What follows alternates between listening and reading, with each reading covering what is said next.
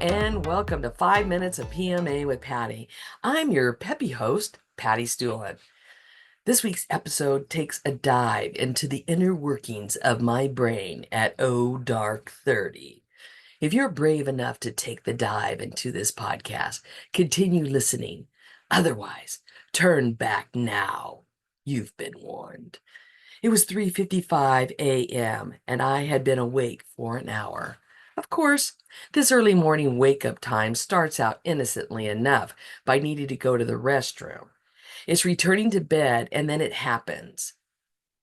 The wheels inside my brain begin to turn with thoughts, ideas, and there is no turning back. As much as I want to try to shut it all down, the tossing and turning begins. Then the thoughts and ideas grow bigger and stronger. That's when the big F word begins to enter my thoughts. Fear. You thought I was going to say something else, didn't you? Well, to work on shutting down the evil, fearful thoughts and self-doubt, I resort to two different actions at this very early morning stage. Listen to a podcast, not my own, or play my solitaire game. Usually one or both of these distract me enough to help me to go back to sleep for another couple of hours, but not on this morning.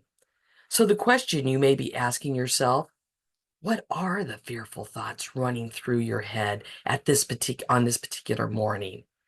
Are you sure you want to know? If not, stop listening now and go back to your daily routine. The big fear on this particular early morning was the Ignite High Desert 5-minute talk. I had a passing thought of canceling my participation in this event. Then I heard my parents' voices saying, once you start something, you must follow it through. If you never want to do it again, fine, but you will finish what you started. Well, so I knew quitting wasn't an option. I know that if I am completely honest with myself, all of the things that had been occupying my time the previous 3 days had all been distractions from the fear of having no idea how to start making my Ignite talk work with my PowerPoint slideshow. It's that fear that it's creating the doubts that are consuming my thoughts on this particular morning and not being good enough to make this happen. If it was just getting up on stage and talking for 5 minutes about living your best dash, boom, drop the mic. I can do that big time. It's the fear of not knowing how to coordinate what I want to say and having those words match up on time with each slide that has me almost in a state of panic. Now, did I mention that each slide changes every 15 seconds and there are 20 slides? I know that panic and that anxiety are not my friends. 6 months after my dad died, I began to have panic and anxiety attacks for the first time ever. I even drove myself to the hospital, which I do not recommend, because I thought I was having a heart attack. After 3 days in the hospital, it was determined that I was having a major panic anxiety attack, and it stemmed from the grief and stress from the death of my dad. Over the next year, the panic anxiety attacks continued on a regular basis and were paralyzing. Through grief counseling, I learned I had zero estrogen when I had gone to the doctor, and that was thanks to menopause.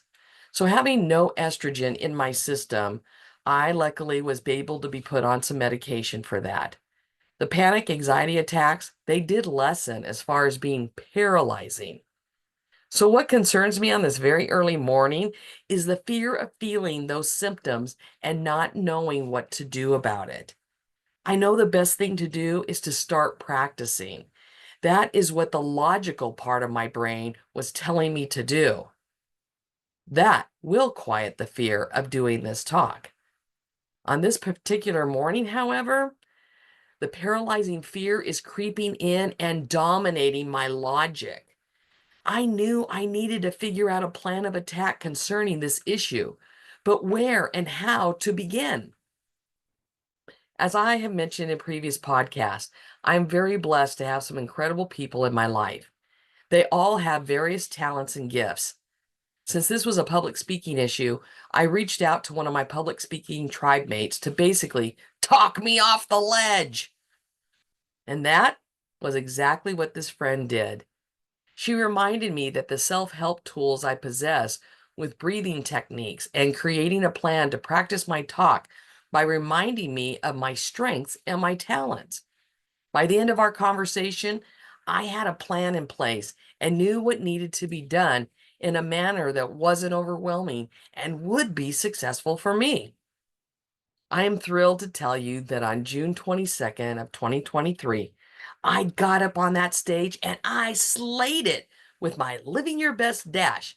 Are you daring to achieve a successful and happy life? 5-minute, 20 slide presentation with love, support, and encouragement from my family and friends. I did it! As the infamous motivational speaker Les Brown said, too many of us are not living our dreams because we are living our fears.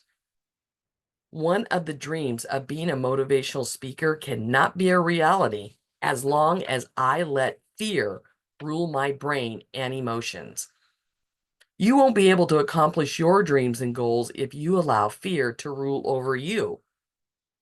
This week's infamous quote is by President Franklin Delano Roosevelt, and it is one of the most recognizable quotes in American history.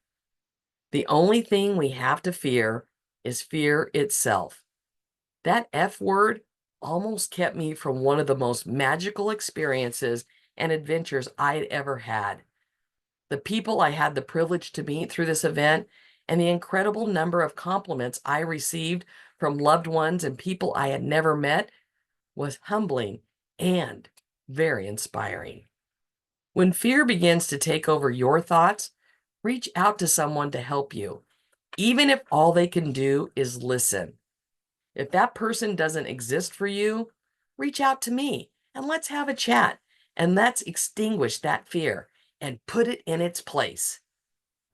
Life's an adventure, and I want you to enjoy the journey because your life matters. Here's to living your best dash, and may God bless you all.